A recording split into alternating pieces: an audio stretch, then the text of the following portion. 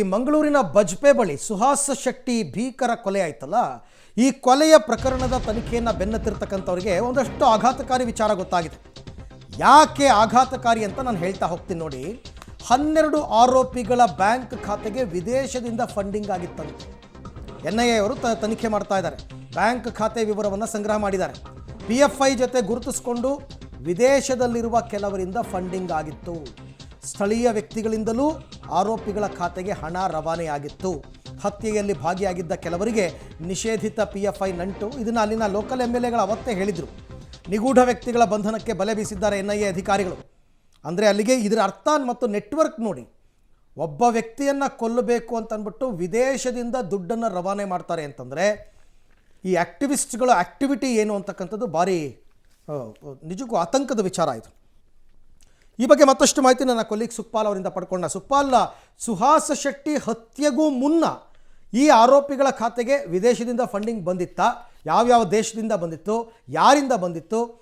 ಏನಿದೆ ಈಗ NIA ತನಿಖೆಯಲ್ಲಿ ಏನೆಲ್ಲ ವಿಚಾರಗಳು ಗೊತ್ತಾಗಿದೆ?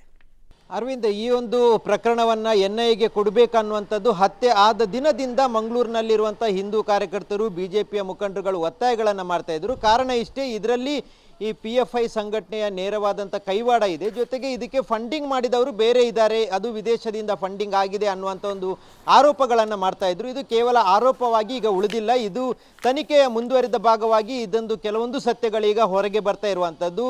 NIAಗೆ ಯಾವಾಗ ತನಿಖೆಗೆ ಈ ಒಂದು ಪ್ರಕರಣವನ್ನು ಕೊಡಲಾಗಿತ್ತು, ರಾಜ್ಯ ಸರ್ಕಾರ ಈ ಪ್ರಕರಣವನ್ನು NIAಗೆ ಕೊಡಲಿಲ್ಲ. ಆದರೆ ಕೇಂದ್ರ ಗೃಹ ಇಲಾಖೆ ಇದನ್ನು ಕೊಟ್ಟಿರುವಂಥದ್ದು. ಆ ತಕ್ಷಣದಿಂದ ಕಾರ್ಯಾಚರಣೆಗೆ ಇಳಿದಿರುವಂಥ NIA ಅಧಿಕಾರಿಗಳು ಮಂಗಳೂರಿಗೆ ಬಂದು ಈ ಎಲ್ಲ ಆರೋಪಿಗಳನ್ನು 12 ಆರೋಪಿಗಳನ್ನು ತಮ್ಮ ವಶಕ್ಕೆ ಪಡ್ಕೊಂಡಿದ್ದಾರೆ. ಸಾಕಷ್ಟು ಮಾಹಿತಿಗಳನ್ನು ಕಲೆ ಹಾಕ್ತಾ ಇದ್ದಾರೆ. ಅವರಿಂದ ಈ ಹತ್ಯೆಯ ಪ್ರಮುಖ ಕಾರಣ ಏನು ಅನ್ನುವುದನ್ನು ಬಯಲಿಗೆಳುವಂಥ ಪ್ರಯತ್ನಗಳನ್ನು ಮಾಡ್ತಾರೆ. ಅದಕ್ಕೂ ಮೊದಲಾಗಿ ಈಗ ಎಲ್ಲರ ಅಕೌಂಟ್ಗಳನ್ನು ಚೆಕ್ ಮಾಡುವಂಥ ಕೆಲಸಗಳನ್ನು NIA ಅಧಿಕಾರಿಗಳು ಮಾಡಿದ್ದಾರೆ. 12 ಆರೋಪಿಗಳ ಅಕೌಂಟನ್ನು ನೋಡಿದಾಗ ಬೇರೆ ಬೇರೆ ಮೂಲಗಳಿಂದ, ವಿದೇಶಗಳಿಂದ, ಜೊತೆಗೆ ಮಂಗಳೂರಿನ ಸ್ಥಳೀಯರಿಂದ ಹಣ ಬಂದಿರುವಂಥ ದಾಖಲೆಗಳೀಗ ಲಭ್ಯ ಆಗಿದೆ. ಅದರ ಜೊತೆಗೆ ಈ ಆರೋಪಿಗಳಿಗೆಲ್ಲರಿಗೂ ನಿಷೇಧಿತ PFI ಸಂಘಟನೆಯ ನಂಟಿದೆ ಅನ್ನುವಂಥದ್ದು ಬೆಳಕಿಗೆ ಬಂದಿದೆ. ಹೀಗಾಗಿ ಈ ಒಂದು ಪ್ರಕರಣದಲ್ಲಿ ಯಾವಾಗ ಹತ್ಯೆ ಆಯಿತು ಅವತ್ತಿನಿಂದ ಆರೋಪಗಳೇನಿತ್ತು ಅದೆಲ್ಲವೂ ಈಗ ನಿಜ ಆಗ್ತಾ ಇರುವಂಥದ್ದು. ಒಂದು PFIನ ಸಂಘಟನೆಯ ನೇರವಾದ ಇದಕ್ಕೆ ಬೆಂಬಲ ಇದೆ, ಇದರಲ್ಲಿ ಅವರ ಕೈವಾಡ ಇದೆ ಅನ್ನುವಂಥದ್ದು ಈಗ ಬೆಳಕಿಗೆ ಬರ್ತಾ ಇದೆ. ಜೊತೆಗೆ